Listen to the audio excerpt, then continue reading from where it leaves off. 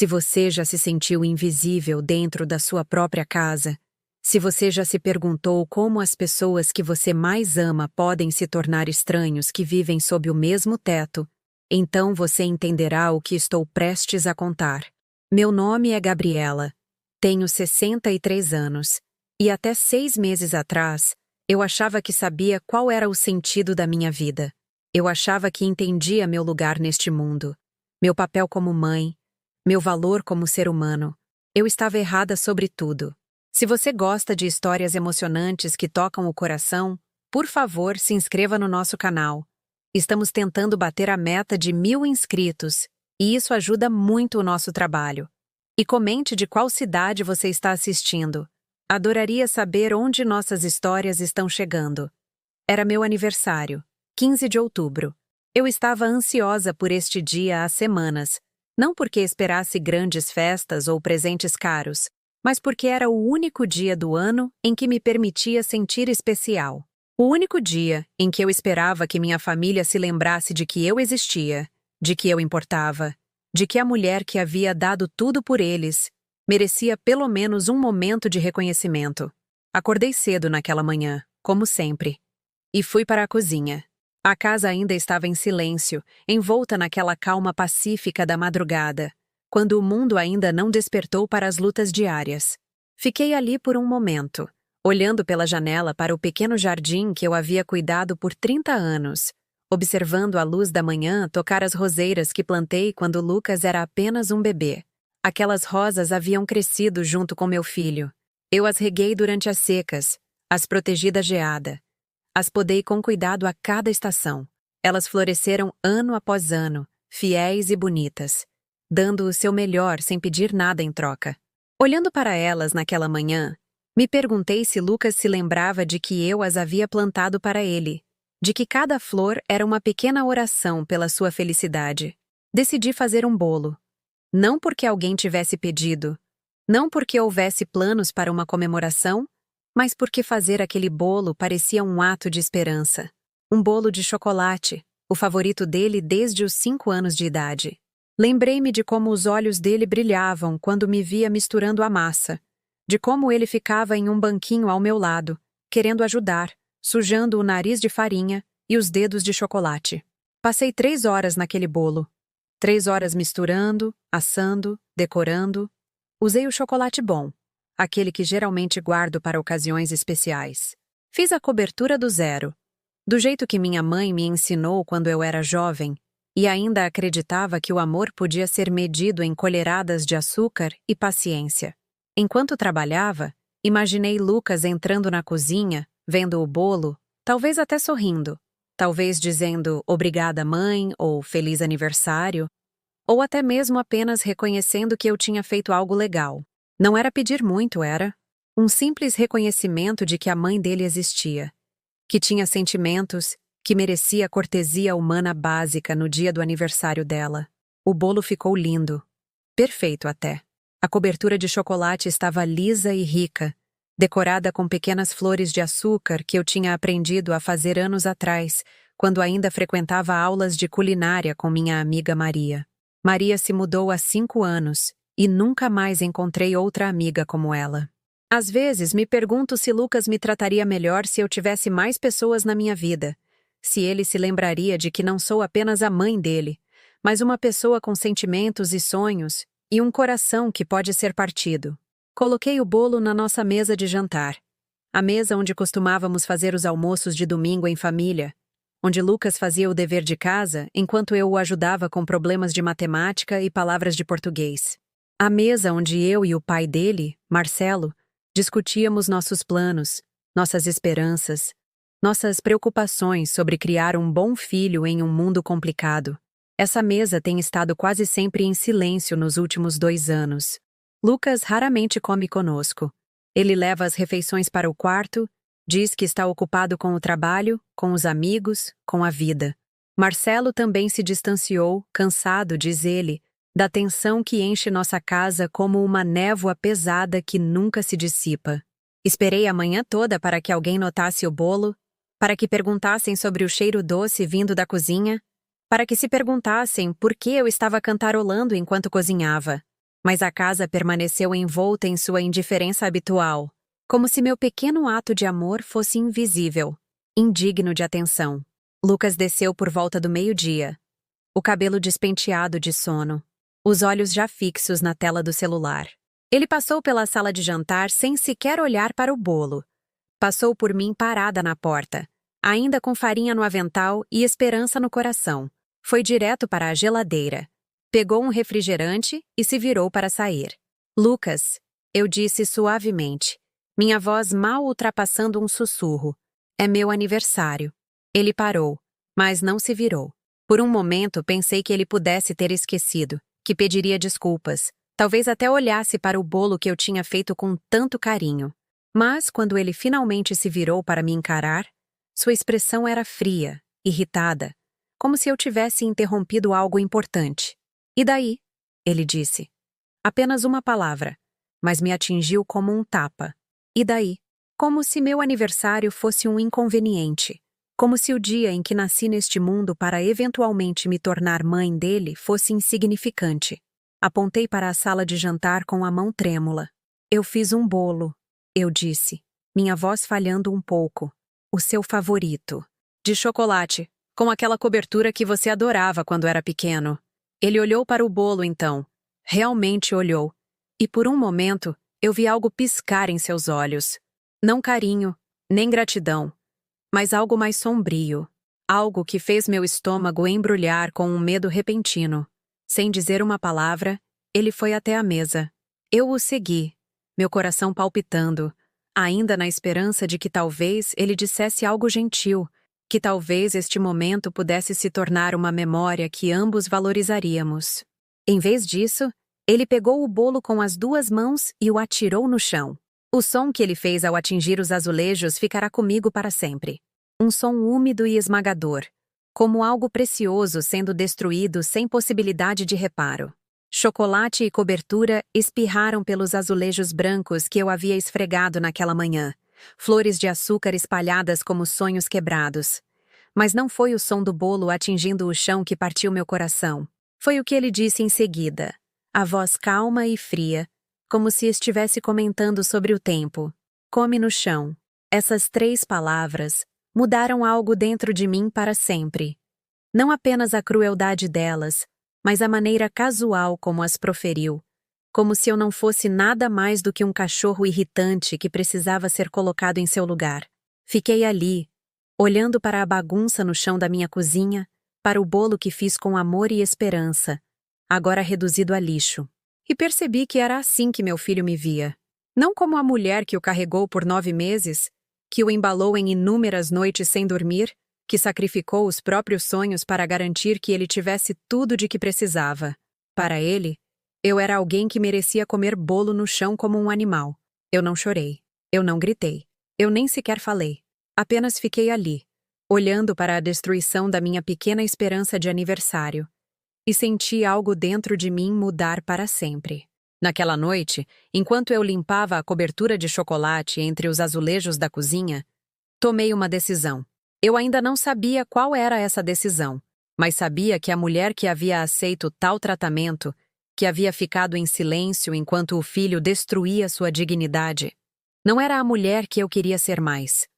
O silêncio que se seguiu me ensinaria mais sobre mim mesma do que todas as palavras que eu havia falado em 63 anos. Os dias que se seguiram ao meu aniversário se tornaram um estudo de como o silêncio pode ser mais alto do que um grito. Lucas não pediu desculpas. Ele não reconheceu o que havia acontecido. Ele se movia pela nossa casa como se eu fosse invisível, como se a mulher que o havia dado à luz, o criado, o amado incondicionalmente por 28 anos, simplesmente tivesse deixado de existir. Mas pior do que a indiferença dele, era descobrir que essa crueldade não nasceu no vácuo.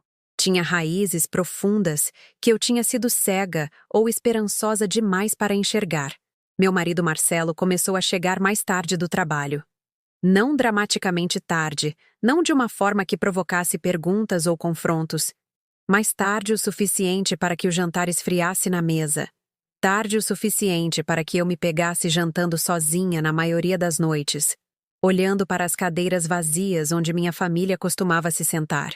Quando ele chegava, acenava para mim educadamente, do jeito que você acenaria para um vizinho distante cujo nome você esqueceu. Não havia calor, nem conexão, nem reconhecimento dos 35 anos que havíamos compartilhado. Ele perguntava sobre coisas práticas. Se as contas tinham sido pagas, se havia leite na geladeira, se o encanador tinha vindo consertar o vazamento. Mas nunca sobre mim, nunca sobre como eu estava me sentindo. Nunca sobre o fato de que o filho dele havia me humilhado na minha própria cozinha. Comecei a perceber que Marcelo sabia o que tinha acontecido. O jeito que ele evitava meus olhos quando Lucas estava na sala, a forma como ele rapidamente mudava de assunto sempre que eu tentava falar sobre o comportamento do nosso filho, a maneira como ele encontrava tarefas urgentes para fazer sempre que a tensão pairava no ar. Tudo apontava para um homem que estava escolhendo não ver.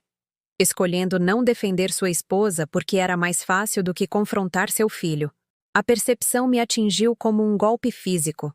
Não era apenas que Lucas tinha perdido o respeito por mim. Era que Marcelo havia permitido que isso acontecesse, talvez até encorajado através do seu silêncio. Eu estava sendo apagada da minha própria família, não através de algum confronto dramático, mas através da lenta e deliberada retirada de amor e reconhecimento. Nossos vizinhos, os Almeidas, nos convidaram para a festa de Halloween anual deles. Era algo que tínhamos frequentado juntos por 15 anos, uma tradição que costumava me encher de entusiasmo. Eu passava semanas planejando nossas fantasias, coordenando roupas para toda a família, sentindo orgulho de fazer parte de um casal que ainda gostava da companhia um do outro depois de décadas de casamento. Este ano, quando mencionei o convite a Marcelo, ele mal tirou os olhos do jornal.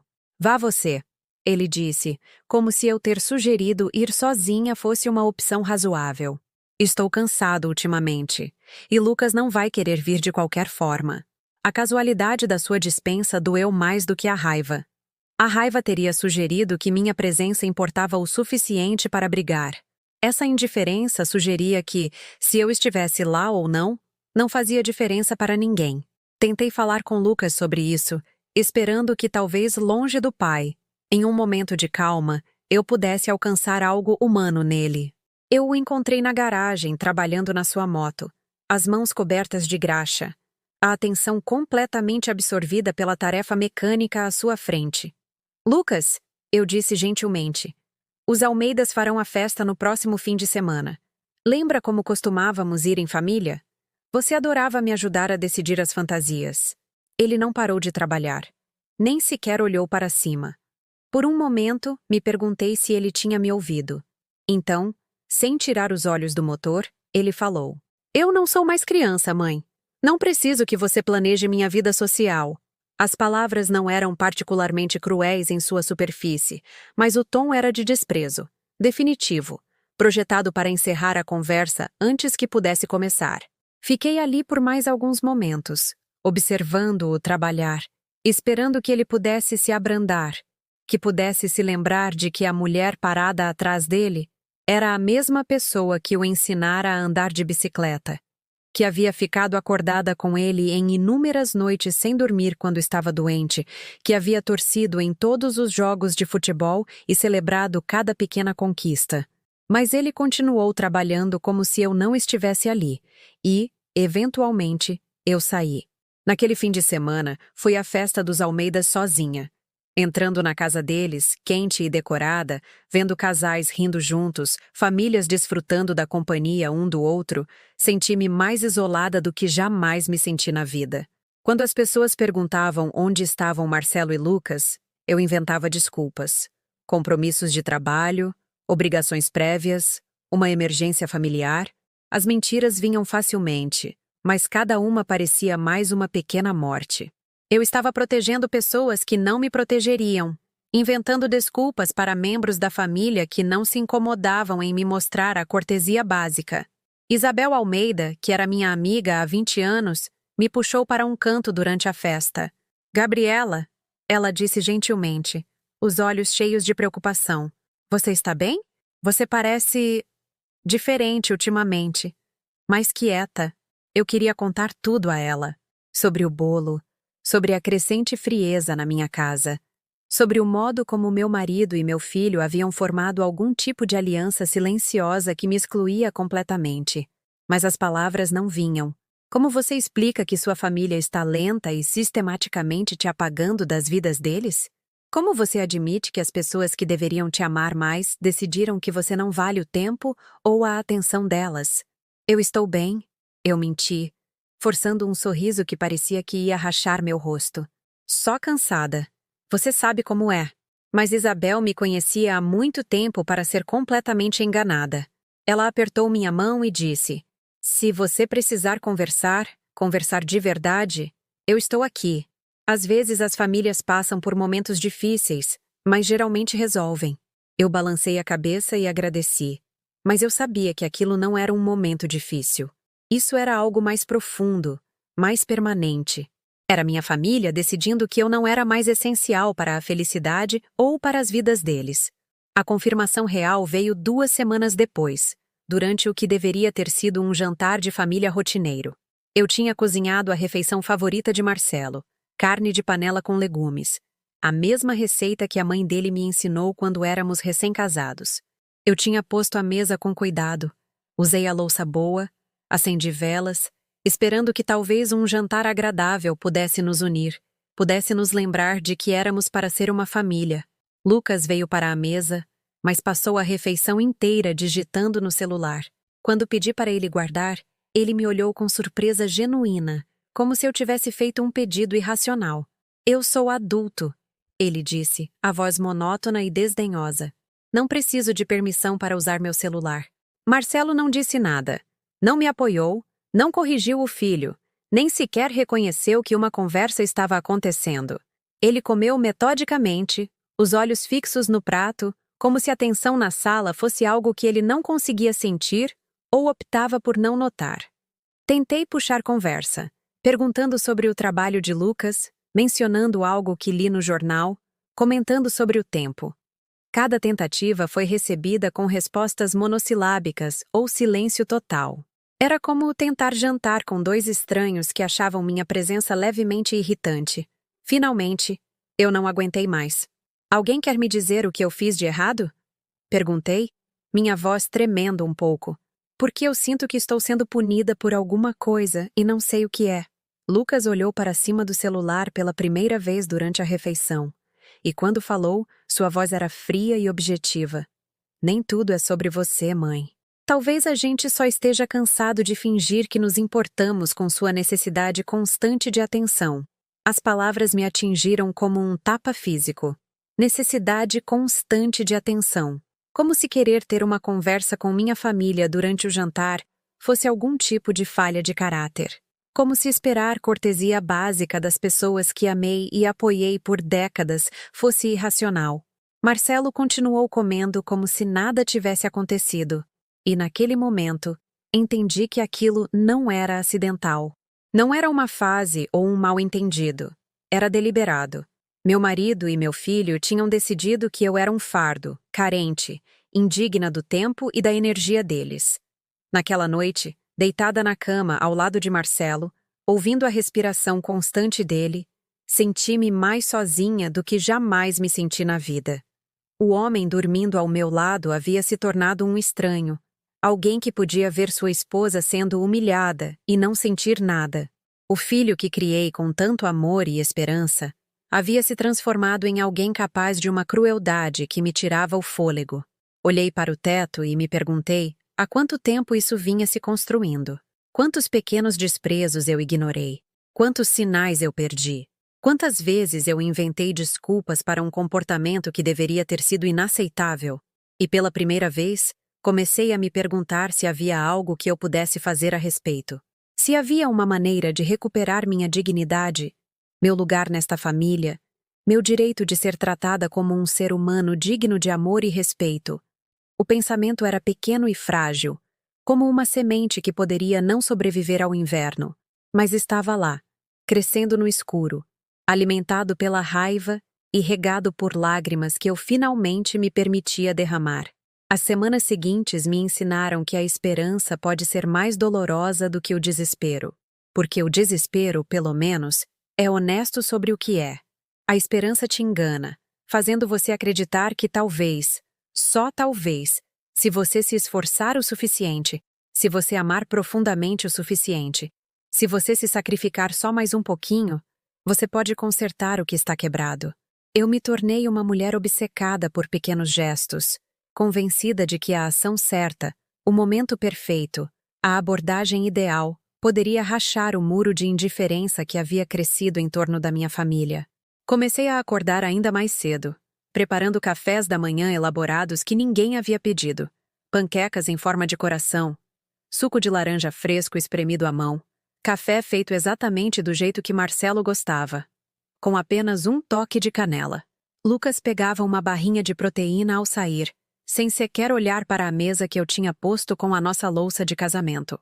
Marcelo colocava o café em uma caneca de viagem, beijava minha bochecha com a afeição mecânica de um homem que estava passando por movimentos que não sentia mais, e saía para o trabalho sem provar um único pedaço da refeição que eu tinha preparado. Eu me pegava parada na cozinha, cercada por comida que seria desperdiçada, perguntando-me quando eu havia me tornado tão invisível que meus esforços literalmente não podiam ser vistos pelas pessoas que mais importavam para mim. Mas eu continuei tentando. Comprei os biscoitos favoritos de Lucas, aqueles caros da padaria chique no centro que ele costumava implorar quando tinha 12 anos. Deixei-os no balcão com um pequeno bilhete. Pensei que você gostaria. Com amor, mãe. Os biscoitos desapareceram, mas o bilhete permaneceu intocado, eventualmente jogado fora com o lixo semanal, como se minhas palavras não tivessem mais valor do que cupons vencidos ou jornais velhos. Tentei entrar em conversas, me inserir em discussões entre Marcelo e Lucas sobre esportes, sobre política, sobre qualquer coisa que pudesse me fazer sentir parte da família novamente. Mas minhas contribuições eram recebidas com um silêncio educado. O tipo de pausa que você dá a alguém que disse algo embaraçoso em um jantar. Eles esperavam eu terminar de falar, e então continuavam a conversa como se eu não tivesse falado. O silêncio era cirúrgico em sua precisão. Eles não me mandavam calar a boca ou sair da sala. Eles não discutiam minhas opiniões ou descartavam meus pensamentos abertamente. Eles simplesmente agiam como se a minha voz não tivesse substância, como se minhas palavras evaporassem no momento em que saíam da minha boca. Comecei a documentar esses momentos na minha mente, coletando-os como evidência de um crime que eu não conseguia nomear. A maneira como Lucas pedia a Marcelo para passar o sal mesmo quando eu estava sentada mais perto. A forma como Marcelo discutia planos de fim de semana com Lucas, tomando decisões sobre o tempo em família sem me incluir na conversa. O jeito que eles compartilhavam piadas internas, referências a conversas que tiveram quando eu não estava por perto, criando uma linguagem privada que me excluía completamente. Certa noite, eu os ouvi conversando na sala de estar sobre planos para uma viagem de final de ano. O Natal estava a 6 semanas de distância e, aparentemente, eles estavam discutindo isso há dias sem me incluir. Podíamos ir de carro para ver sua irmã. Lucas estava dizendo. Pode ser legal sair um pouco. Boa ideia. Marcelo respondeu. Vou ligar para Carla e ver se ela pode nos acomodar. Eles estavam planejando passar o final de ano com a irmã de Marcelo, uma mulher que nunca gostou particularmente de mim, e estavam discutindo como se eu não fosse junto. Como se minha presença em reuniões de família fosse opcional, algo a ser decidido por outros, em vez de ser presumida. Entrei na sala, meu coração batendo forte pelo esforço que era preciso para falar. Parece bom, eu disse, tentando manter minha voz leve e casual. Eu não vejo Carla há quase 2 anos. Vai ser bom para matar a saudade. O silêncio que se seguiu foi ensurdecedor. Marcelo e Lucas trocaram um olhar. Uma daquelas comunicações sem palavras que casais e membros da família desenvolvem ao longo de anos de vida compartilhada. Mas este olhar não estava me incluindo no círculo de entendimento deles. Era sobre mim, discutindo sobre mim, decidindo algo sobre mim sem a minha participação. Na verdade, Marcelo disse lentamente, como se estivesse escolhendo suas palavras com muito cuidado. Nós pensamos que talvez fosse melhor se fosse apenas Lucas e eu este ano. Você sabe como Carla fica quando há muita gente na casa dela? E você tem parecido tão cansada ultimamente? Talvez você prefira ter um fim de semana tranquilo em casa. A sugestão foi apresentada como preocupação com o meu bem-estar, mas eu ouvi pelo que realmente era: uma exclusão disfarçada de gentileza. Eles queriam passar o final de ano sem mim, e estavam enquadrando isso como se estivessem me fazendo um favor. Eu não estou cansada, eu disse, minha voz um pouco mais cortante do que eu pretendia. E eu não me importo com a casa da Carla estar cheia. Somos uma família. Passamos feriados juntos. Outro olhar passou entre eles. Este tingido com algo que parecia quase irritação, como se eu estivesse sendo razoavelmente difícil por querer ser incluída nos planos da minha própria família. Claro, Marcelo disse finalmente, mas o tom dele sugeria que minha inclusão era um compromisso que ele estava fazendo a contragosto. Se é isso que você quer. Se é isso que você quer. Como se querer passar o feriado com meu marido e filho fosse algum tipo de preferência pessoal, em vez de uma expectativa básica da vida familiar. A conversa seguiu para outros tópicos, mas eu fiquei ali, sentindo que havia vencido uma batalha que não deveria ter tido que lutar. E comecei a entender que essa era a minha nova realidade. Ter que argumentar pelo meu lugar na minha própria família, ter que justificar meu direito de ser incluída em decisões que afetavam minha vida. A humilhação se aprofundou quando fomos ao supermercado juntos no sábado seguinte. Era algo que costumávamos fazer em família, uma tarefa mundana que, de alguma forma, havia se tornado uma pequena tradição. Marcelo empurrava o carrinho, Lucas reclamava por ter que vir, e eu nos guiava pelos corredores, tomando decisões sobre as refeições, comparando preços, ocasionalmente nos mimando com pequenos mimos que tornariam nossa semana um pouco mais alegre. Mas esta ida parecia diferente desde o momento em que passamos pelas portas automáticas. Marcelo e Lucas andavam à minha frente, absortos em uma conversa sobre algo que eu não conseguia ouvir direito. Eles se moviam pela loja com um propósito, como se soubessem exatamente o que estavam procurando, deixando-me para trás como uma criança perdida tentando acompanhar adultos que tinham assuntos importantes a tratar. Quando chegamos à seção de hortifruti, comecei a selecionar os legumes e verduras para as refeições da semana, pesando tomates, verificando o frescor do alface, escolhendo frutas que amadureceriam em momentos diferentes para termos opções frescas durante toda a semana. Era algo que eu vinha fazendo há 30 anos, uma pequena experiência que desenvolvi através da prática e da atenção aos detalhes.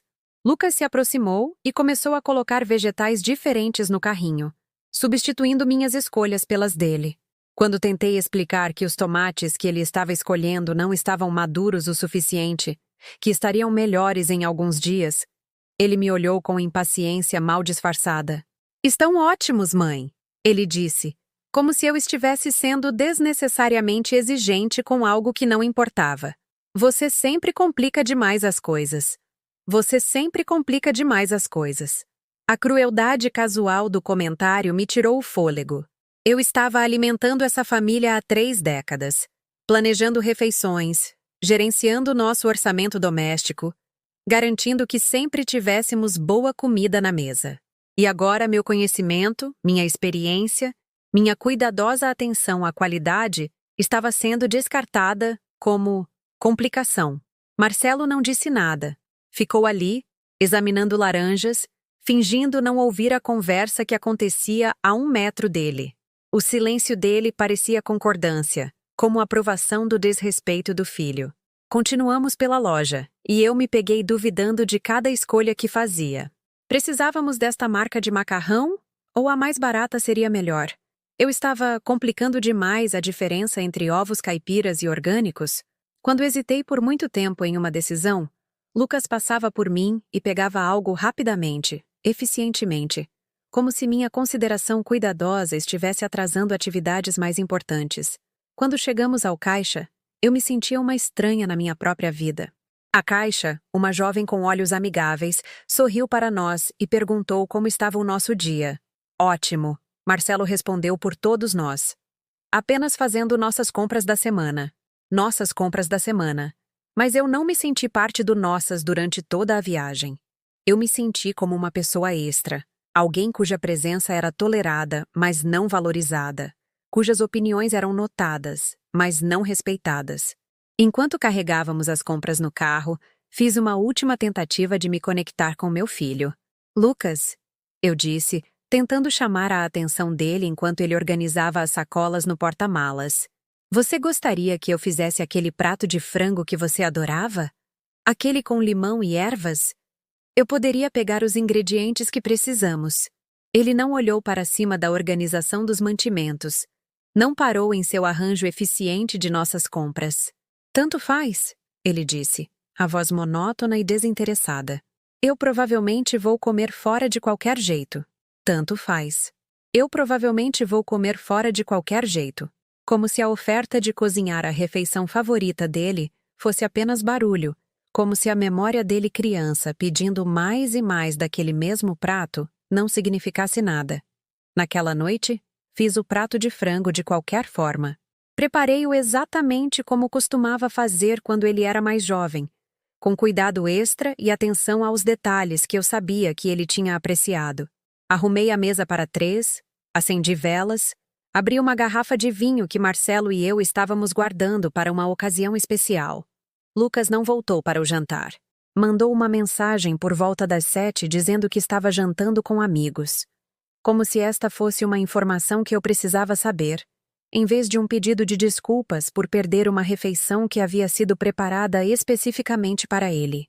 Marcelo comeu educadamente. Elogiou a comida. Até repetiu.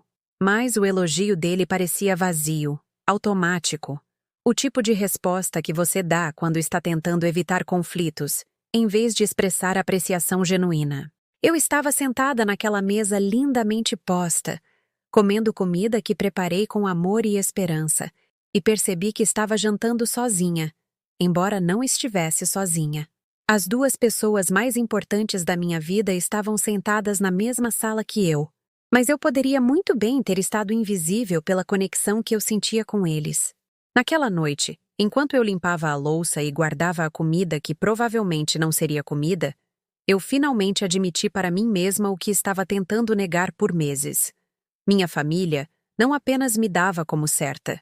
Eles ativamente desejavam que eu não estivesse ali. Chega um momento na vida de toda mulher em que ela percebe que o amor, não importa quão puro ou persistente, nem sempre é suficiente. Esse momento chegou para mim em uma manhã cinzenta de dezembro, quando descobri que minha família estava planejando o Natal sem mim. Encontrei a evidência por acidente, escondida em uma pilha de papéis na mesa de Marcelo quando eu estava procurando nossa informação de seguro, após um pequeno arranhão no carro. E-mails impressos entre Marcelo e a irmã dele, Carla, discutindo arranjos para a ceia de Natal, listas de convidados, trocas de presentes, planos de viagem, páginas e páginas de coordenação detalhada para uma celebração que aparentemente não me incluía. Marcelo trará Lucas, dizia um e-mail. Estou muito animada para ver os dois. Faz muito tempo que não temos um Natal de família adequado. Os dois. Não a família. Não Marcelo, Gabriela e Lucas. Apenas os dois. Como se eu tivesse deixado de existir na narrativa familiar por completo.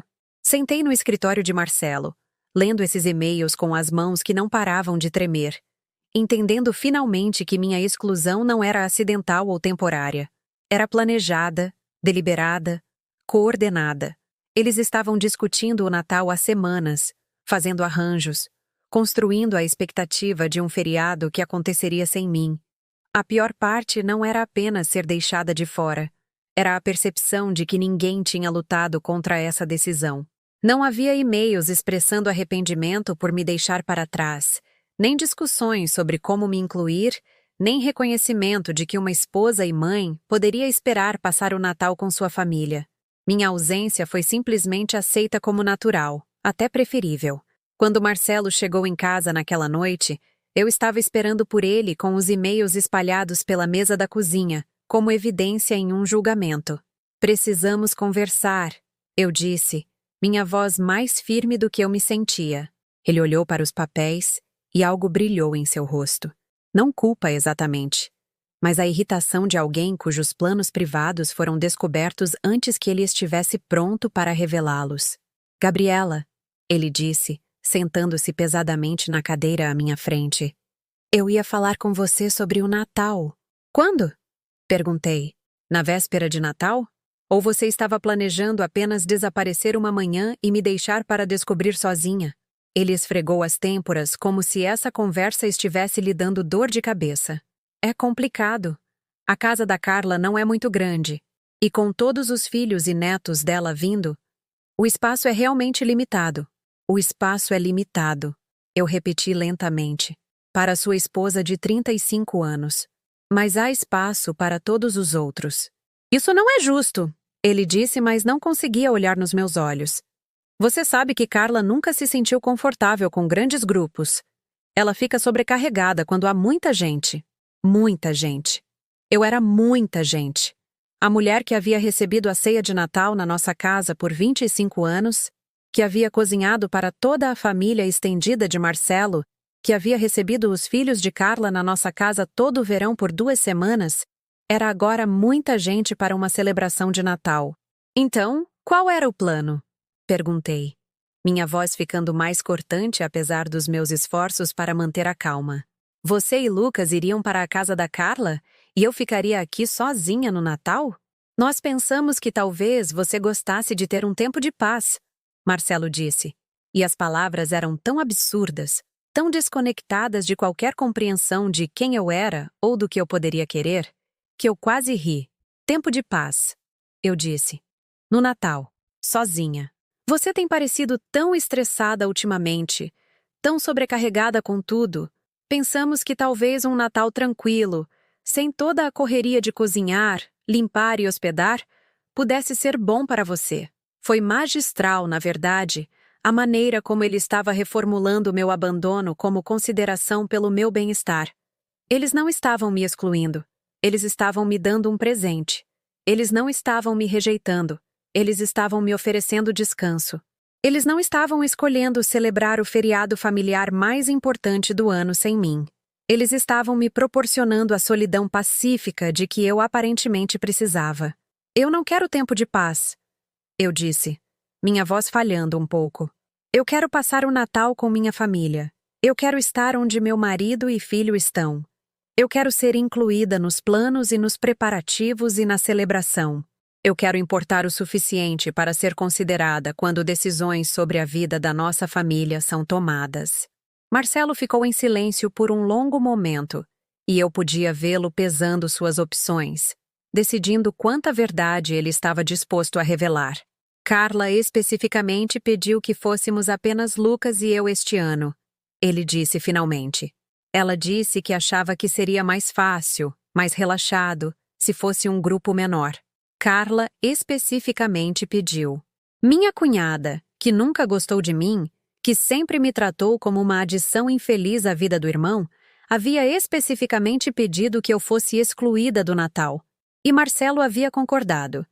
Ele não apenas havia concordado, mas passou semanas planejando essa exclusão, coordenando-a, fazendo-a acontecer sem sequer considerar que sua esposa pudesse ter sentimentos sobre ser abandonada no Natal. E você disse sim, eu disse. Não era uma pergunta. Eu disse que pensaria sobre isso.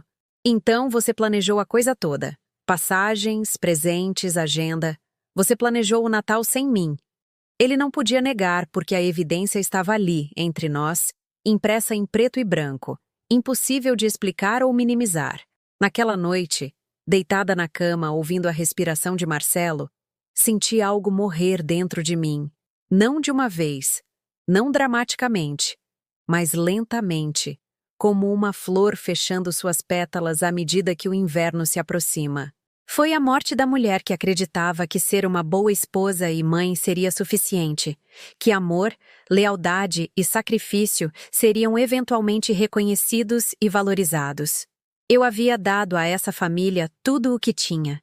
Eu ajudei Marcelo a pagar a faculdade trabalhando em 2 empregos e vivendo com refeições baratas e roupas de segunda mão. Eu criei Lucas com paciência e devoção infinitas, comparecendo a todos os eventos escolares, torcendo em todos os jogos, ajudando em todos os projetos. Eu gerenciei nossa casa por 35 anos, criando um lar que era quente, acolhedor e estável. E, em troca, eles decidiram que eu era dispensável. Extra. Alguém cuja presença tornava as reuniões menos agradáveis em vez de mais significativas.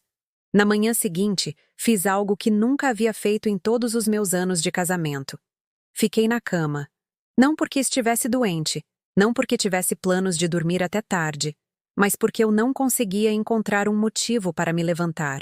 Não conseguia encontrar energia para fazer café da manhã para pessoas que não o apreciariam, para limpar a casa para pessoas que não notavam meus esforços, para planejar refeições para pessoas que prefeririam comer em outro lugar.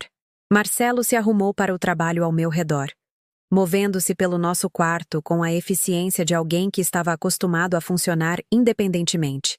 Ele não perguntou se eu estava me sentindo bem. Ele não comentou sobre meu comportamento incomum.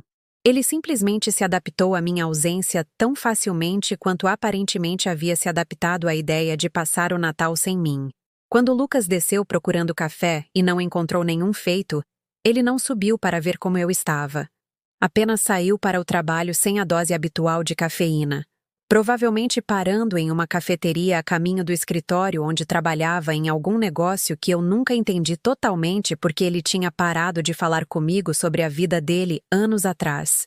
Passei aquele dia inteiro na cama, olhando para o teto, pensando em todas as manhãs em que me levantei antes do amanhecer, para garantir que minha família começasse o dia com um bom café da manhã, uma cozinha limpa, a sensação de que alguém se importava com o bem-estar deles. Milhares de manhãs ao longo de 35 anos, e ninguém nunca me perguntou se eu queria dormir até tarde, se eu estava cansada, se eu precisava de descanso. Mas no único dia em que não me levantei, no único dia em que não consegui encontrar forças para desempenhar meu papel de cuidadora da família, ninguém notou. A casa funcionou bem sem mim. Meu marido e meu filho se adaptaram à minha ausência sem dificuldade ou preocupação. A mensagem era clara. Eu não era essencial. Eu era apenas conveniente. Naquela tarde, minha vizinha Isabel tocou a campainha. Quando ninguém atendeu, ela ligou para o meu celular. Gabriela, querida, você está bem? Eu vi Marcelo e Lucas saírem esta manhã, mas não te vi o dia todo. Seu carro está na garagem, mas a casa parece vazia. A preocupação de Isabel foi o primeiro carinho genuíno que alguém me demonstrou em meses, e quase me quebrou por completo. Aqui estava alguém que notou minha ausência, que se importou o suficiente para verificar como eu estava, que tratava meu bem-estar como algo que importava. Eu estou bem, eu disse a ela, embora ambas soubéssemos que era mentira. Apenas tendo um dia de sossego. Você gostaria de companhia? Eu poderia levar aquela sopa que você gosta. Aquela do Deli aqui perto. Eu queria dizer sim. Eu queria deixá-la vir e sentar comigo e, talvez, finalmente, contar a alguém sobre a lenta destruição da minha família, sobre o modo como eu estava desaparecendo da minha própria vida. Mas eu não conseguia encontrar as palavras, não conseguia descobrir como explicar que as pessoas que deveriam me amar mais haviam decidido que eu era desnecessária. É muito gentil da sua parte, eu disse em vez disso. Mas estou realmente bem. Só cansada. Depois que desliguei, chorei pela primeira vez desde que meu bolo de aniversário atingiu o chão da cozinha. Não lágrimas de raiva ou lágrimas de frustração, mas as lágrimas profundas e de luto de alguém lamentando uma morte. A morte da mulher que eu costumava ser, a mulher que acreditava que o amor era suficiente, que a família significava algo, que ser uma boa esposa e mãe lhe renderia um lugar de respeito e valor em sua própria casa. Quando Marcelo chegou em casa naquela noite, ele me encontrou na cozinha, fazendo o jantar como se nada tivesse acontecido. Mas algo tinha acontecido. Algo fundamental havia mudado nas horas que passei olhando para o teto, aceitando a verdade que eu estava evitando por meses. Eu estava farta de lutar por migalhas de afeto de pessoas que já haviam decidido que eu não valia a atenção plena delas. Eu estava farta de implorar por inclusão em uma família que me via como um fardo. Eu estava farta de fingir que aquilo era normal, que aquilo era aceitável. que aquilo era o que eu merecia depois de uma vida inteira dando tudo o que eu tinha para as pessoas que eu amava. Mas eu ainda tinha algo que eles haviam esquecido, algo que eles não haviam considerado em todo o planejamento cuidadoso e na crueldade casual deles. Eu ainda tinha a mim mesma. E talvez, só talvez, isso fosse suficiente. A mudança não aconteceu de uma vez. Começou da mesma forma que o amanhecer no inverno, tão gradualmente que você não percebe até que, de repente, há luz onde costumava haver escuridão. Parei de fazer cafés da manhã elaborados. Não dramaticamente, não como uma declaração, mas simplesmente porque percebi que o esforço que eu estava colocando em refeições que ninguém apreciava poderia ser redirecionado para outro lugar. Em vez de passar 1 hora todas as manhãs preparando comida que seria ignorada, eu fazia café para mim e me sentava perto da janela da cozinha, observando os pássaros no comedouro que eu havia pendurado ali 15 anos atrás. Era incrível o que você podia ver quando não estava ocupada tentando agradar pessoas que já haviam decidido que você não valia a pena ser agradada. Marcelo notou a mudança dentro de 1 semana. Não porque ele sentisse falta da minha comida. Ele nunca a tinha reconhecido de verdade de qualquer maneira, mas porque a rotina que havia estruturado as manhãs dele por 35 anos estava de repente diferente. Sem café da manhã hoje? Ele perguntou na quinta-feira de manhã, parado na porta da cozinha com a gravata meio nós, olhando em volta como se o café da manhã pudesse se materializar se ele esperasse o suficiente. Tem cereal na despensa. Eu disse sem tirar os olhos do meu café. Pão para torrada. Ovos na geladeira se você quiser cozinhar. Ele ficou ali por mais um momento, esperando que eu me oferecesse para fazer algo para ele, para retomar meu papel como a mulher que antecipava as necessidades dele e as satisfazia sem ser pedida. Quando eu não me movi da minha cadeira perto da janela, ele fez uma torrada e saiu para o trabalho sem dizer adeus. Foi uma pequena vitória, mas pareceu enorme. Pela primeira vez em décadas, eu coloquei minhas próprias necessidades. Minha necessidade de um tempo tranquilo pela manhã, minha necessidade de observar os pássaros, minha necessidade de pensar sem distração, à frente da conveniência de outra pessoa. A reação de Lucas foi mais direta. Quando ele desceu esperando o café da manhã habitual e encontrou apenas eu sentada calmamente com meu café, ele abriu a geladeira e olhou para dentro como se o leite e os ovos pudessem de alguma forma se transformar em uma refeição preparada. "O que tem para o café?" Ele perguntou, finalmente se virando para me olhar. "O que você decidir fazer para si mesmo?" Eu respondi, tomando mais um gole do meu café. Ele me encarou por um momento, claramente tentando decidir se aquilo era algum tipo de teste ou punição.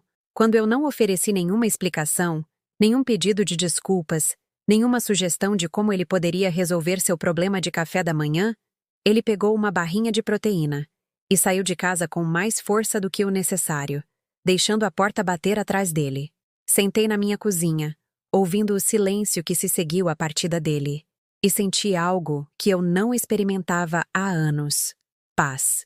A ausência das exigências deles, das expectativas deles, da suposição casual de que eu estaria sempre disponível para servir às necessidades deles, criou um espaço onde eu podia simplesmente existir como eu mesma. Nos dias seguintes, comecei a me lembrar de quem eu costumava ser antes de me tornar esposa de Marcelo e mãe de Lucas. Lembrei-me da mulher que adorava ler, que uma vez passava sábados inteiros perdida em romances que a transportavam para outros mundos e outras possibilidades. Dirigi até a biblioteca pela primeira vez em 5 anos e peguei um monte de livros, mistérios, romances e ficção histórica, histórias sobre mulheres que enfrentavam desafios e encontravam maneiras de superá-los. Lendo à tarde enquanto minha família estava no trabalho, fiquei impressionada com quantas heroínas nessas histórias eram mulheres como eu. Mulheres que haviam dado tudo para suas famílias e se encontrado invisíveis, não apreciadas, dadas como certas. Mas essas mulheres fictícias não permaneciam invisíveis. Elas encontravam sua força, suas vozes, seu poder. Elas mudavam suas circunstâncias em vez de aceitá-las como imutáveis. Comecei a prestar atenção aos meus próprios pensamentos de uma maneira que não fazia há anos. Durante meu casamento, Minha energia mental havia sido focada para fora. O que Marcelo precisava. O que faria Lucas feliz. Como eu poderia resolver problemas e evitar conflitos e manter todos confortáveis. Agora, pela primeira vez em décadas, virei essa atenção para dentro. O que eu queria? O que me faria feliz? Que sonhos eu havia abandonado quando me concentrei tanto em servir aos outros que esqueci que eu era uma pessoa com minhas próprias necessidades e desejos? As respostas me surpreenderam. Eu queria viajar, ver lugares que eu só tinha lido nos livros. Eu queria fazer uma aula de culinária, não para me tornar uma serva melhor para minha família, mas para aprender técnicas que me trariam alegria. Eu queria ter conversas com pessoas que me achassem interessante, que valorizassem minhas opiniões, que não tratassem meus pensamentos como ruído de fundo para discussões mais importantes. Comecei a fazer longas caminhadas por bairros que eu nunca tinha explorado, embora vivesse nesta cidade há 35 anos. Descobri parques e cafeterias, e pequenos museus que eu nunca soubera que existiam. Era como ser uma turista na minha própria vida, vendo possibilidades que eu estava muito ocupada para notar antes. Certa tarde, enquanto caminhava pela área central, passei por uma pequena galeria de arte que estava realizando uma exposição de fotografia. Por impulso, entrei. As fotografias foram tiradas por uma mulher local da minha idade que havia documentado sua jornada pelo país após o divórcio. Cada imagem contava uma história de independência, de descoberta, de uma mulher escolhendo aventura em vez de segurança. A fotógrafa, Helena Prado, estava lá naquele dia, conversando com os visitantes sobre seu trabalho. Ela tinha provavelmente 60 anos, com cabelo grisalho e linhas de riso ao redor dos olhos, vestindo roupas que eram práticas, mas elegantes. Quando a elogiei pela exposição, ela sorriu calorosamente e perguntou se eu era fotógrafa. Ah, não, eu disse automaticamente. Eu sou só dona de casa. As palavras pairaram no ar entre nós e percebi como soavam diminuindo. Só dona de casa. Como se manter um lar e criar uma família fossem realizações menores de alguma forma. Como se as habilidades que desenvolvi ao longo de 35 anos não tivessem valor além das paredes da minha casa. Isso é um trabalho de tempo integral, e mais um pouco, disse Helena gentilmente. Mas eu imagino que você seja mais do que apenas qualquer coisa. Todos nós somos. Mais do que apenas qualquer coisa. A frase ficou comigo por dias. Eu havia passado tantos anos me definindo inteiramente através dos meus relacionamentos com outras pessoas. Esposa de Marcelo, mãe de Lucas, a mulher que gerenciava a casa e mantinha a vida de todos funcionando perfeitamente. Mas esses papéis, por mais importantes que fossem, não eram a soma total de quem eu era ou poderia ser. Comecei a notar coisas sobre minha rotina diária que eu nunca tinha questionado antes. A maneira como eu automaticamente limpava as bagunças que outras pessoas faziam, não porque eu gostasse de limpar, mas porque eu havia aceitado que manter a casa era minha responsabilidade sozinha. A maneira como eu planejava minha agenda em torno das necessidades de Marcelo e Lucas, sempre garantindo que estivesse disponível quando eles pudessem querer algo, nunca assumindo compromissos que pudessem ser um inconveniente para eles. A maneira como eu, lentamente, ao longo dos anos, me tornei cada vez menor para acomodar o crescente senso de direito deles ao meu tempo, minha energia, minha atenção completa. Mas e se eu parasse de fazer isso? E se eu vivesse minha vida como se minhas próprias necessidades importassem tanto quanto as deles? E se eu tomasse decisões baseadas no que me faria feliz em vez de no que os manteria confortáveis? A ideia era emocionante e aterrorizante. Por tantos anos, eu medi meu sucesso como mulher pelo quão bem eu servia minha família, quão bem eu mantinha a casa funcionando, com que eficácia eu antecipava e satisfazia as necessidades de todos os outros. O pensamento de priorizar minha própria felicidade parecia egoísta, perigoso, como abandonar tudo o que me foi ensinado sobre o que significava ser uma boa esposa e mãe. Mas então eu me lembrava do bolo de aniversário no chão da cozinha, dos planos de Natal que me excluíam, dos inúmeros pequenos momentos em que minha família deixou claro que meus sentimentos não importavam para eles. Se eu seria tratada como se minhas necessidades fossem irrelevantes, Por que eu deveria continuar a fazer das necessidades deles a minha maior prioridade? Comecei a fazer pequenas mudanças, testando os limites da minha nova perspectiva.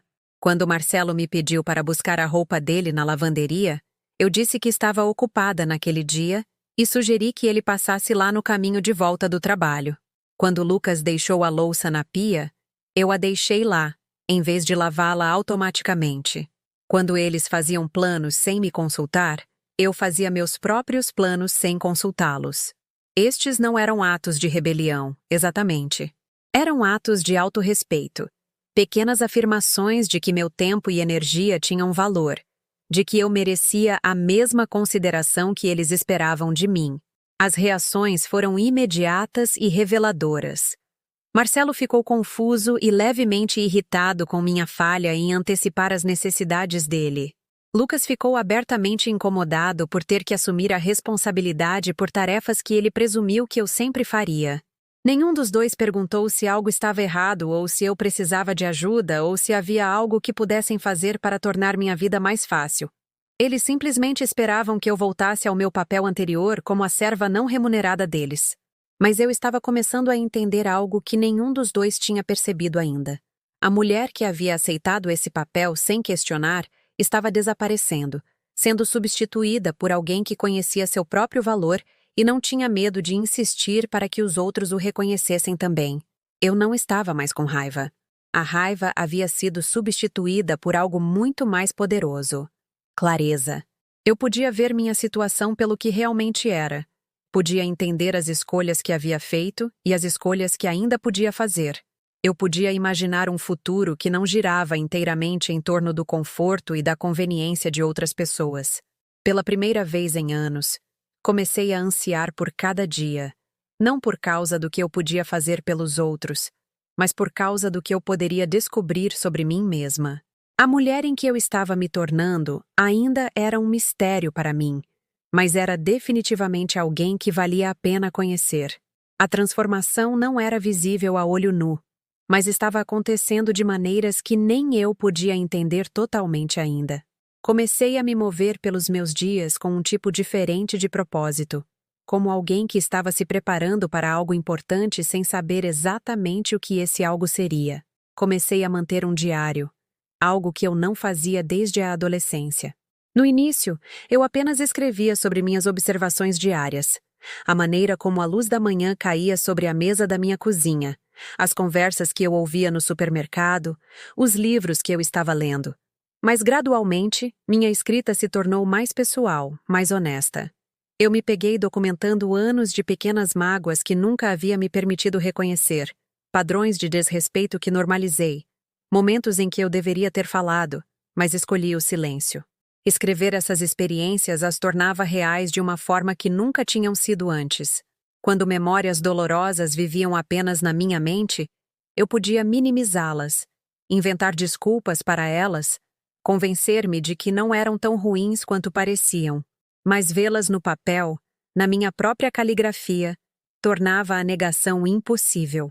Hoje Lucas passou por mim na cozinha como se eu fosse um móvel. Escrevi em uma noite. Ele pegou o último do suco de laranja sem perguntar se mais alguém queria, deixou a embalagem vazia no balcão para eu jogar fora e nunca reconheceu que eu estava parada ali.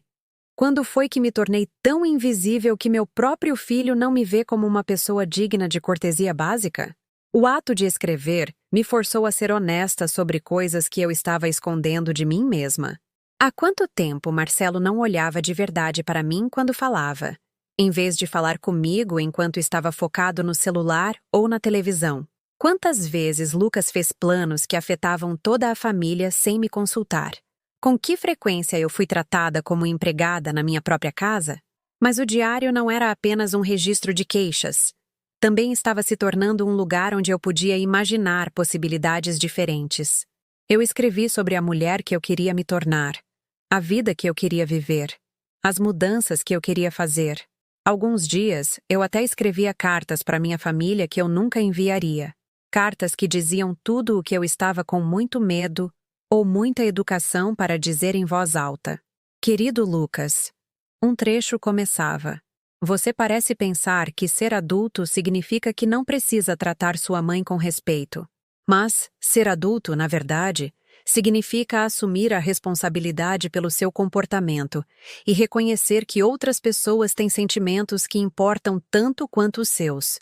A mulher que te criou, que se sacrificou por você, que te amou incondicionalmente, merece mais do que o desprezo que você demonstra a ela todos os dias.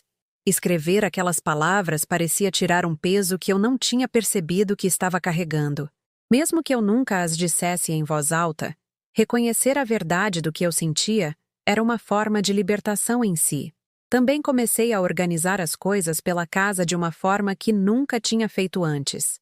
Não limpar ou reorganizar, mas passar por papéis e documentos, reunindo informações que percebi que deveria ter acompanhado o tempo todo. Nossos registros financeiros, apólices de seguro, escrituras de propriedade, contas de investimento, descobri que sabia embaraçosamente pouco sobre a situação econômica real da nossa família. Marcelo sempre cuidou das finanças, e eu estava contente em deixá-lo, confiando que ele estava gerenciando tudo com responsabilidade. Mas, enquanto eu vasculhava arquivos e gavetas da mesa, comecei a entender o quanto eu havia permitido ser excluída de decisões que afetavam minha vida tanto quanto a dele. Encontrei documentos que nunca tinha visto, contas que eu não sabia que existiam, investimentos feitos sem meu conhecimento ou participação. Não porque Marcelo estivesse escondendo algo ilegal ou enganoso, mas porque em algum momento nós dois aceitamos a ideia de que a gestão do dinheiro era o domínio dele e que eu não precisava entender ou participar dessas decisões. Mas eu estava começando a entender que minha ignorância sobre nossas finanças era outra forma de impotência. Como eu poderia fazer escolhas informadas sobre minha vida se eu não soubesse quais recursos estavam disponíveis? Como eu poderia planejar meu futuro se eu não entendesse como esse futuro poderia ser financeiramente? Fiz cópias de documentos importantes, organizei-os em uma pasta que guardei no meu quarto. Comecei a me educar sobre conceitos e termos que Marcelo sempre me explicava em linguagem simplificada, como se os detalhes fossem muito complicados para eu entender. À medida que aprendia mais sobre nossa situação financeira real, fiz uma descoberta surpreendente. Estávamos muito melhor do que eu imaginava. O estilo de vida modesto que vivíamos, o cuidadoso controle orçamentário que eu sempre pratiquei, a maneira como Marcelo falava sobre dinheiro como se estivesse constantemente escasso. Nada disso refletia nossa realidade econômica real. Tínhamos economias substanciais, investimentos sólidos, recursos mais do que suficientes para viver confortavelmente e até luxuosamente se escolhêssemos. O que significava que toda vez que me disseram que não podíamos pagar por algo que eu queria, uma viagem, uma reforma na casa, uma pequena extravagância que poderia ter me trazido alegria, não era porque o dinheiro não existia, era porque meus desejos não eram considerados prioridades que valessem a pena gastar dinheiro. A percepção foi libertadora e enfurecedora. Eu passei anos aceitando limitações que não eram reais, negando a mim mesma coisas que estavam facilmente ao nosso alcance, porque confiei em outra pessoa para tomar essas decisões por nossa família. Alguém que aparentemente não considerava minha felicidade digna do gasto. À medida que essas descobertas se acumulavam, notei que meu comportamento pela casa estava mudando de maneiras sutis. Eu me movia com mais confiança, falava com mais autoridade, tomava decisões sem buscar permissão ou aprovação. Comprei livros novos sem verificar o orçamento. Marquei consultas para mim mesma sem consultar a agenda de mais ninguém. Eu dizia não a pedidos que eu não queria atender, sem oferecer explicações elaboradas ou desculpas. Marcelo foi o primeiro a notar que algo estava diferente, embora ele não conseguisse identificar exatamente o que havia mudado. Você parece diferente ultimamente, ele disse uma noite, olhando para cima do jornal com uma expressão intrigada. Mais distante, talvez? Está tudo bem?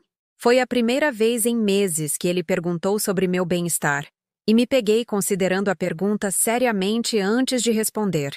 Eu estou bem, eu disse finalmente. Talvez apenas pensando mais sobre as coisas do que eu costumava. Que tipo de coisas? Olhei para este homem com quem eu era casada há 35 anos.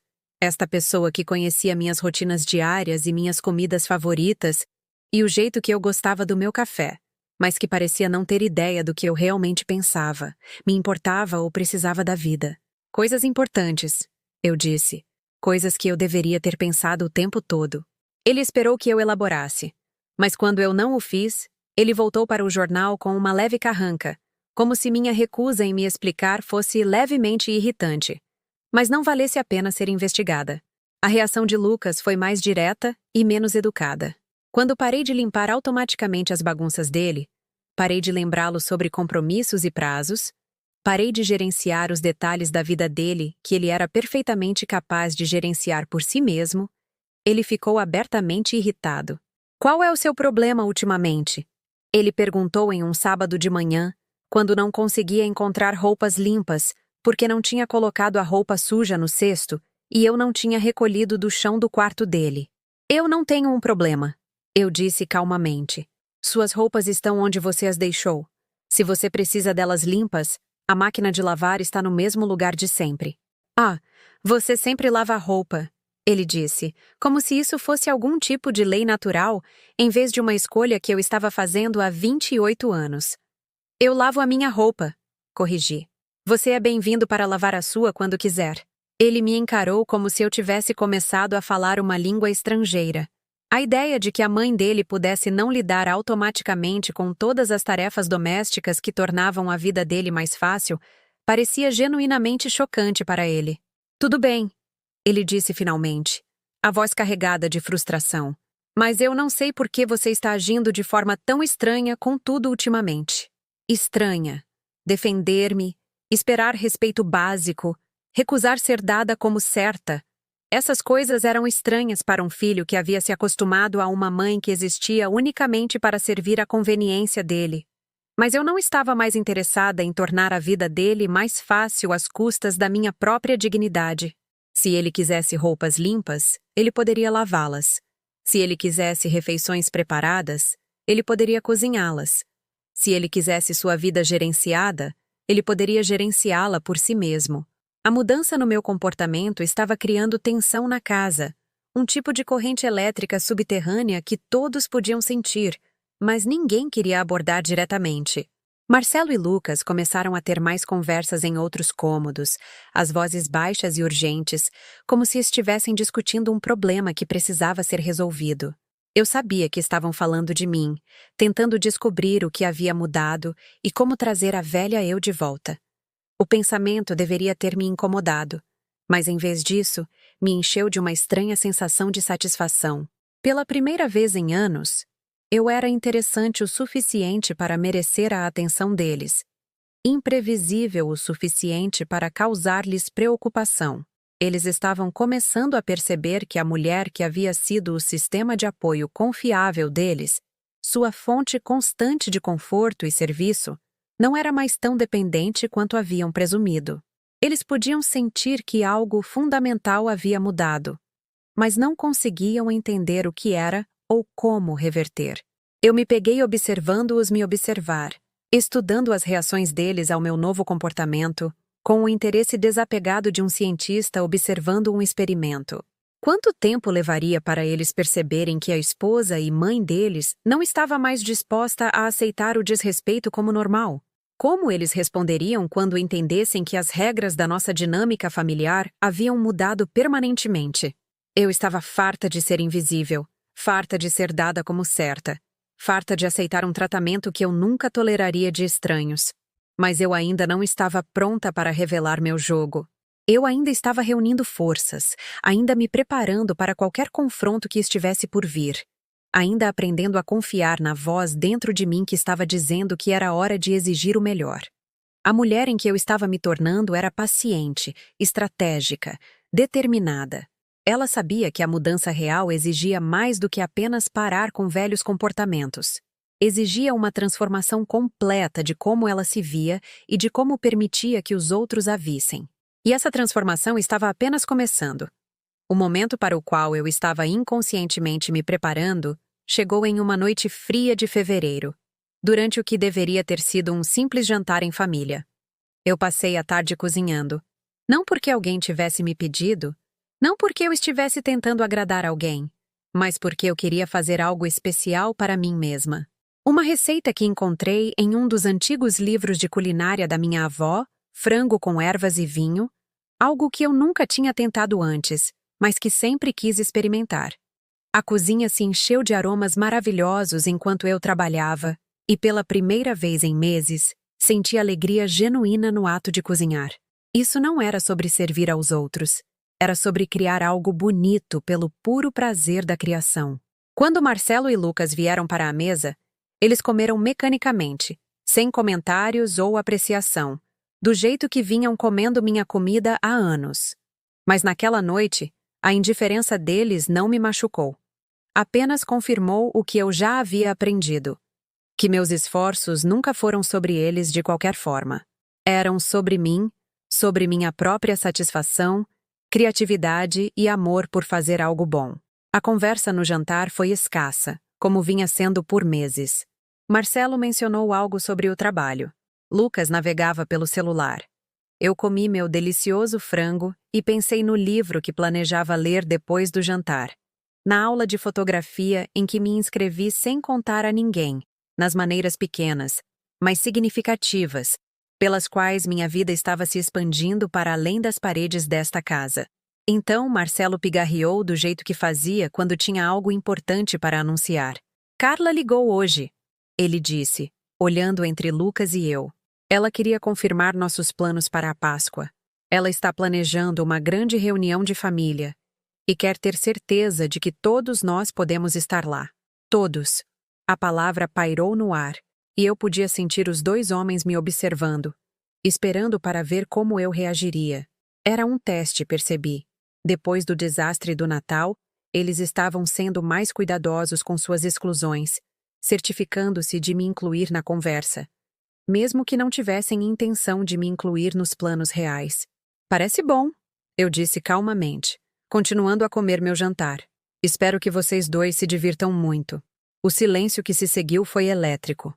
Marcelo largou o garfo e me encarou. O que você quer dizer com vocês dois? Ele perguntou. Carla está esperando todos nós, a família toda.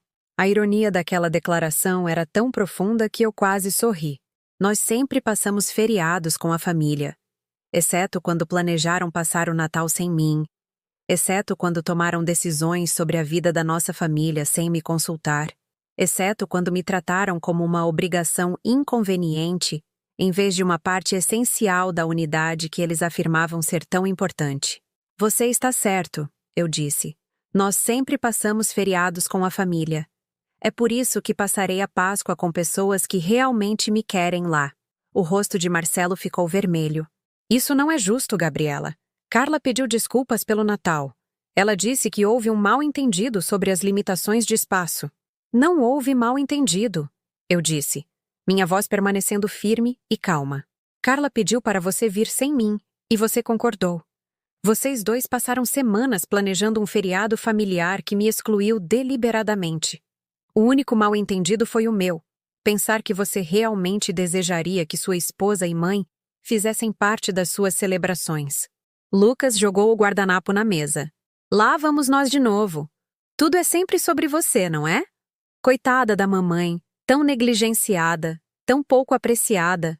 Talvez se você não agisse de forma tão carente o tempo todo, as pessoas gostariam de estar mais perto de você. As palavras eram destinadas a ferir, a me fazer recuar para o papel familiar da mulher que pedia desculpas e desistia do confronto. Mas algo havia mudado em mim durante esses meses de reflexão e autodescoberta. A mulher que antes poderia ter ficado devastada por tanta crueldade, agora ouvia essas palavras pelo que realmente eram: o ataque desesperado de alguém que estava perdendo o controle de uma situação que sempre conseguiu manipular. Carente. Eu repeti lentamente, como se estivesse saboreando a palavra. Eu tenho pensado muito sobre essa palavra ultimamente. Sabe o que eu percebi? Esperar respeito básico da sua família não é carência. Querer ser incluída em decisões que afetam sua vida não é carência. Pedir para ser tratada com a mesma cortesia que você demonstraria a um estranho não é carência. Levantei-me da mesa, não com raiva, mas com a dignidade silenciosa de alguém que finalmente encontrou sua voz. Mas você está certo sobre uma coisa, Lucas. Isso é sobre mim.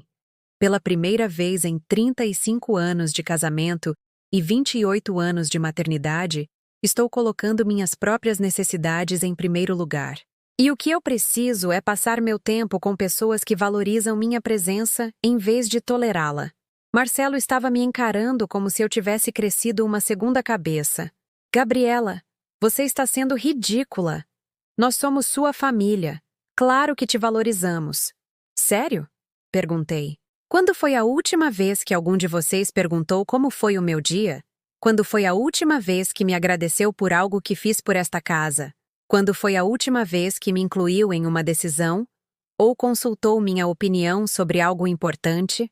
O silêncio se estendeu entre nós, preenchido pelo peso de perguntas que eles não podiam responder porque nunca consideraram essas coisas importantes o suficiente para lembrar.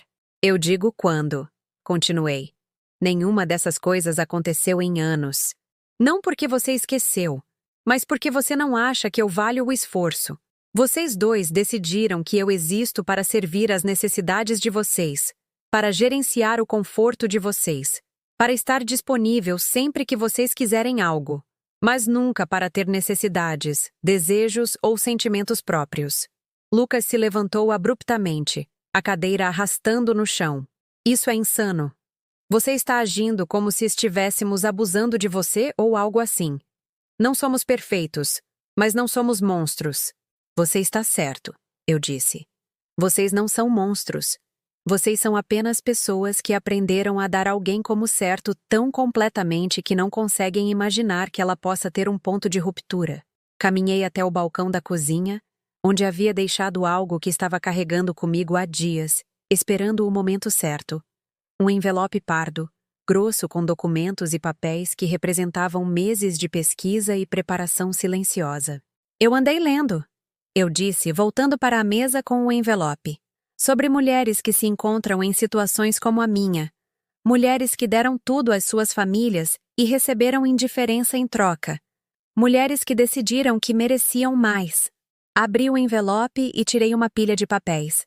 Extratos financeiros, registros de propriedade, informações de contas, documentos legais que eu passei semanas reunindo e organizando. Você sabia que tenho direito a metade de tudo o que construímos juntos ao longo de 35 anos? Perguntei a Marcelo de forma casual. Metade da casa, metade dos investimentos, metade das contas de aposentadoria sobre as quais você nunca me falou. Você sabia que uma mulher que foi financeiramente dependente do marido por décadas pode reivindicar pensão alimentícia? Você sabia que eu poderia sair deste casamento amanhã e estar perfeitamente bem financeiramente? O rosto de Marcelo ficou pálido. O que você está dizendo? Estou dizendo que tenho opções que você aparentemente esqueceu que eu tinha. Eu não tenho que ficar em um casamento onde sou tratada como empregada. Eu não tenho que aceitar desrespeito de um filho que parece pensar que ser adulto significa que ele pode tratar a mãe como lixo. Olhei para Lucas, que estava parado congelado ao lado da cadeira, finalmente entendendo que essa conversa era sobre mais do que apenas planos de Páscoa. E Lucas, você sabia que a casa onde você mora sem pagar aluguel, o seguro de carro que eu pago, o plano de saúde que te cobre, a comida nesta cozinha, tudo isso vem de recursos que pertencem tanto a mim quanto ao seu pai? Você sabia que eu poderia decidir amanhã que um homem de 28 anos deve se sustentar em vez de viver às custas dos pais? Pela primeira vez em meses, eu tive a atenção completa deles. Sem celulares, sem distrações, sem desprezo casual das minhas palavras. Eles estavam finalmente ouvindo, realmente ouvindo, porque eu estava finalmente dizendo coisas que importavam para eles. Eu não estou ameaçando vocês, eu disse gentilmente. Estou informando. Estou deixando vocês saberem que a mulher que tem absorvido o desrespeito e a indiferença de vocês por anos descobriu que não precisa mais. Que ela tem escolhas. Que ela tem poder. Juntei os papéis de volta no envelope. Meus movimentos calmos e deliberados. Vou passar a Páscoa com Isabel Almeida e a família dela. Eles me convidaram semanas atrás. E eu disse sim, porque eu queria estar em um lugar onde eu seria bem-vinda e apreciada. Vocês dois estão livres para ir para a casa de Carla, para ter o tipo de reunião de família onde não precisam se preocupar em incluir alguém cujos sentimentos possam importar. Comecei a sair da sala de jantar, mas voltei para uma observação final. Ah, e Lucas, o bolo que você jogou no chão no meu aniversário? Eu tenho pensado naquele momento por meses. Não porque partiu meu coração, embora tenha partido, mas porque me ensinou algo importante. Ensinou que eu estava dando meu amor a pessoas que não o valorizavam o suficiente para tratá-lo com cuidado. Fiz uma pausa, olhando para os dois. Esses dois homens que moldaram minha vida por tantos anos, que me amaram à sua maneira inadequada, que nunca entenderam que amor sem respeito é apenas outra forma de controle. Eu cansei de jogar meu amor no chão para as pessoas pisarem, eu disse. De agora em diante, estou guardando-o para pessoas que sabem o que fazer com ele. O silêncio que deixei para trás não estava vazio. Estava cheio de possibilidades, cheio de consequências, cheio do reconhecimento de que tudo havia mudado e nunca mais poderia voltar a ser como era antes. E pela primeira vez em anos, isso parecia exatamente certo. As semanas que se seguiram ao nosso confronto na mesa de jantar trouxeram mudanças que eu havia imaginado, mas nunca realmente acreditei que aconteceriam. Marcelo e Lucas se moviam pela casa como pessoas andando sobre cacos de vidro, incertos sobre como interagir com esta nova versão de mim. Uma mulher que falava o que pensava, que tinha limites, que se recusava a aceitar o desrespeito como normal. A princípio, eles tentaram esperar que eu cedesse, claramente esperando que minha assertividade fosse uma fase temporária que passaria se apenas ignorassem o suficiente. Lucas continuou deixando suas bagunças para eu limpar, mas quando eu não as limpei, quando eu simplesmente desviei da louça abandonada e deixei a roupa dele onde ele a largou, ele foi forçado a confrontar a realidade de que seu serviçal pessoal havia se demitido permanentemente da posição. Marcelo tentou retornar aos nossos velhos padrões, fazendo pedidos casuais para que eu lidasse com tarefas que ele era perfeitamente capaz de gerenciar por si mesmo. Mas quando eu comecei a responder com "Tenho certeza que você consegue resolver isso", ou "Isso parece algo que você deveria cuidar", ele lentamente começou a entender que suas suposições sobre minha disponibilidade não eram mais válidas. A mudança mais significativa veio 3 semanas após nosso confronto, quando Marcelo se aproximou de mim com algo que poderia ter sido um pedido de desculpas se ele tivesse o vocabulário emocional para construir um corretamente. "Gabriela", ele disse, me encontrando no jardim onde eu estava plantando novas flores para a primavera. "Eu tenho pensado sobre o que você disse, sobre nós não te apreciarmos, não te incluirmos nas decisões. Talvez a gente possa conversar sobre isso."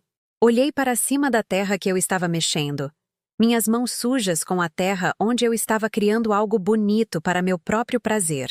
"Sobre o que você gostaria de conversar?" Ele se mexeu desconfortavelmente, claramente desacostumado a conversas que exigiam que ele examinasse seu próprio comportamento. "Eu acho que eu quero entender o que você precisa de nós. O que faria você se sentir mais valorizada?" Foi um começo, embora hesitante. Por 35 anos, Marcelo nunca me perguntou o que eu precisava. Nunca considerou que meus sentimentos sobre nosso casamento pudessem ser importantes o suficiente para merecer discussão. O fato de ele estar perguntando agora sugeria que minha demonstração de independência havia conseguido algo que suas décadas de conformidade não tinham. O fez prestar atenção. "Eu preciso ser tratada como uma parceira igual neste casamento", eu disse simplesmente. "Eu preciso que minhas opiniões importem quando decisões são tomadas. Eu preciso ser incluída em conversas sobre nossas finanças, nosso futuro, nossos planos de família. Eu preciso de cortesia básica e respeito em nossas interações diárias." Ele assentiu, como se esses fossem pedidos razoáveis, embora sua expressão sugerisse que ele ainda estava processando a ideia de que eu estava carente dessas coisas o tempo todo.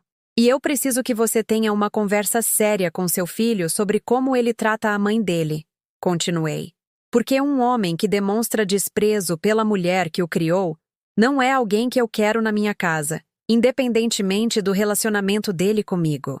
Essa conversa com Lucas demorou mais para ser organizada, mas finalmente aconteceu em uma tarde de domingo, quando ele veio até mim com um pedido inesperado. Mãe, ele disse parado na porta da cozinha, enquanto eu preparava uma refeição que era exatamente o que eu queria comer, feita do jeito que eu gostava, sem consideração pelas preferências de mais ninguém. Eu preciso te pedir uma coisa. Eu esperei, não facilitando para ele com palavras de encorajamento ou gestos acolhedores.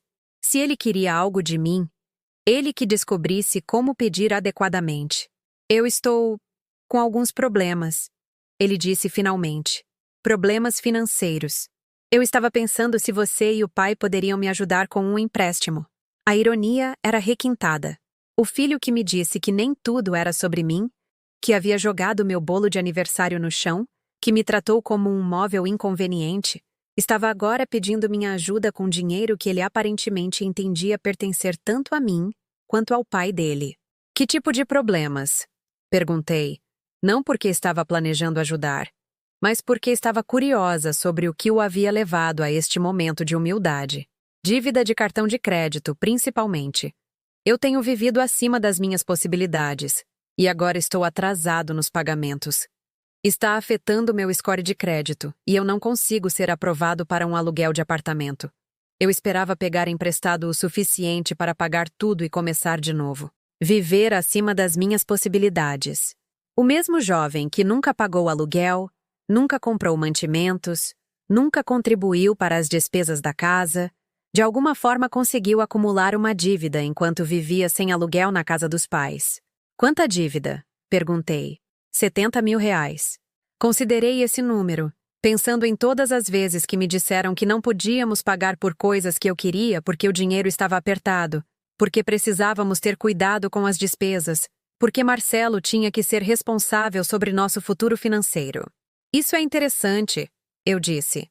É mais ou menos o mesmo valor que Marcelo me disse que não podíamos gastar na reforma da cozinha que eu queria há 5 anos.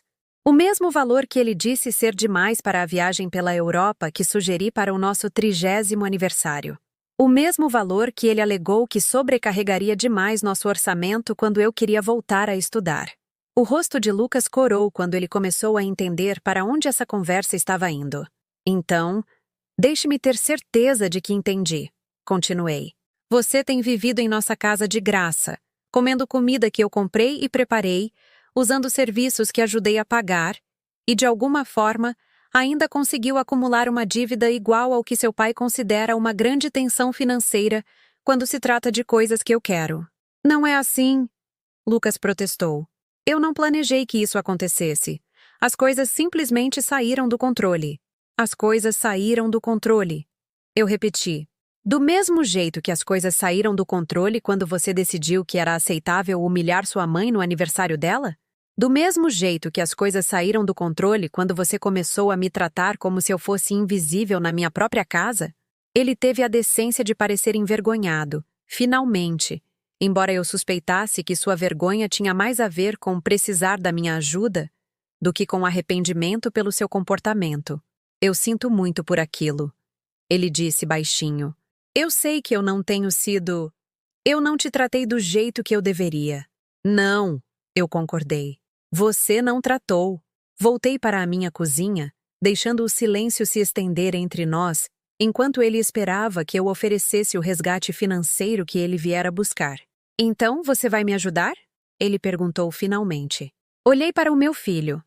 Este homem adulto que nunca aprendeu a gerenciar a própria vida, que tomou meu amor e apoio como garantidos por 28 anos, que agora estava descobrindo que as ações têm consequências e que tratar as pessoas mal afeta a disposição delas em ajudar você quando você precisa. Lucas, eu disse gentilmente, no último ano, você deixou muito claro que não me valoriza, que não me respeita, que meus sentimentos e necessidades não importam para você. Você me tratou como alguém cujo único propósito é servir à sua conveniência. Agora você está me pedindo para te dar 70 mil reais, dinheiro que vem de recursos que ajudei a construir, para resolver problemas que você criou enquanto vivia da minha generosidade. O rosto dele estava ficando mais vermelho, mas ele não interrompeu. Eu quero que você pense nisso por um momento, continuei. Pense de verdade. Que tipo de pessoa trata alguém mal e depois espera que essa mesma pessoa a resgate quando ela está em apuros? Uma pessoa que cometeu erros e quer melhorar. Ele disse, embora sua voz não tivesse convicção. Talvez, eu disse. Ou talvez uma pessoa que aprendeu que pode tratar as pessoas do jeito que quiser, porque essas pessoas sempre vão perdoá-la e ajudá-la de qualquer maneira. Desliguei o fogão e o encarei diretamente. Aqui está o que estou disposta a fazer, eu disse. Vou te ajudar a criar um orçamento e um plano de pagamento para sair da dívida usando sua própria renda. Vou te ajudar a encontrar recursos de aconselhamento financeiro. Vou apoiar seus esforços para se tornar um adulto responsável que gerencia sua própria vida. Mas eu não vou te dar dinheiro para limpar bagunças que você fez enquanto vivia na minha casa e me tratava como lixo. A decepção em seu rosto foi imediata e óbvia, mas por baixo dela, pude ver outra coisa. O começo da compreensão. Pela primeira vez em sua vida adulta, suas ações estavam tendo consequências que o afetavam diretamente. No entanto, eu adicionei, se você quiser trabalhar para reconstruir nosso relacionamento, se você quiser aprender a tratar sua mãe com o respeito e a gentileza que ela merece, então podemos conversar sobre como eu poderia estar disposta a te ajudar no futuro. Ajuda de verdade, não apenas dinheiro, mas o tipo de apoio que vem de pessoas que se importam umas com as outras. A escolha que eu estava oferecendo a ele era clara. Ele poderia continuar sendo o jovem egoísta e mimado que havia se tornado, e lidar com seus problemas sozinho, ou poderia trabalhar para se tornar alguém digno do amor e apoio que sempre tomou como garantidos. 3 meses depois, eu dei minha primeira festa de jantar em anos. Não para a família, mas para os amigos que eu vinha negligenciando enquanto focava toda a minha energia em pessoas que não a apreciavam.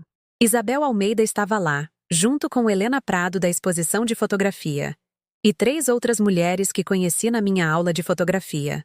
Mulheres inteligentes e realizadas que valorizavam a conversa, que riam das minhas histórias, que me tratavam como alguém que valia a pena conhecer. Marcelo e Lucas foram convidados a se juntar a nós, mas como convidados, não como o centro das atenções. Eles se sentaram à minha mesa, comendo comida que eu preparei porque gostava de cozinhar para pessoas que a apreciavam, ouvindo conversas nas quais eu era uma participante igual em vez de uma serva silenciosa. Eu observei Marcelo me observar, me vendo pelos olhos de pessoas que me achavam interessante, engraçada, inteligente. Eu o vi reconhecendo, talvez pela primeira vez em anos, que a mulher que ele vinha dando como certa era alguém que outras pessoas valorizavam e apreciavam. Lucas estava mais quieto do que o normal, ainda trabalhando em seu plano de pagamento de dívidas, ainda aprendendo a gerenciar a própria vida. Mas ele disse por favor e obrigada quando eu lhe ofereci mais. E ele fez perguntas atenciosas sobre minha fotografia. E quando ele saiu naquela noite, ele me abraçou e disse: "Obrigado pelo jantar, mãe. Estava muito bom." Palavras tão simples, mas que continham um reconhecimento que eu não ouvia dele há anos. O reconhecimento de que eu havia feito algo que valia a pena apreciar, que eu era alguém que valia a pena agradecer. Depois que todos foram embora, enquanto eu limpava a louça e guardava as sobras, Marcelo entrou na cozinha e ficou ao meu lado na pia. "Foi agradável", ele disse. "Suas amigas são pessoas interessantes." "São mesmo", eu concordei. "Eu tenho sorte de conhecê-las." "Eu também tenho sorte de te conhecer", ele disse baixinho. "Acho que esqueci disso por um tempo." Olhei para este homem que eu amei por tantos anos, que estava finalmente aprendendo a me ver como alguém que valia a pena lembrar de apreciar. "Nós dois esquecemos muitas coisas", eu disse. "Mas não é tarde demais para lembrar." A mulher que estava em sua cozinha 6 meses atrás, limpando o bolo de aniversário do chão enquanto lágrimas escorriam pelo seu rosto, não teria acreditado que este momento era possível. Mas ela havia aprendido algo que mudaria tudo: que amor sem respeito não é amor de jeito nenhum, e que exigir respeito não é egoísmo. É essencial. Eu havia aprendido que minha felicidade não era menos importante do que a de qualquer outra pessoa, Que minhas necessidades importavam tanto quanto as necessidades das pessoas que eu amava, que ser uma boa esposa e mãe não exigia se tornar invisível. Mais importante, eu havia aprendido que nunca é tarde demais para se defender, para insistir em ser tratada com dignidade, para escolher seu próprio valor em vez do conforto dos outros. Às vezes, o maior presente que você pode dar à sua família é ensiná-los a amar você adequadamente.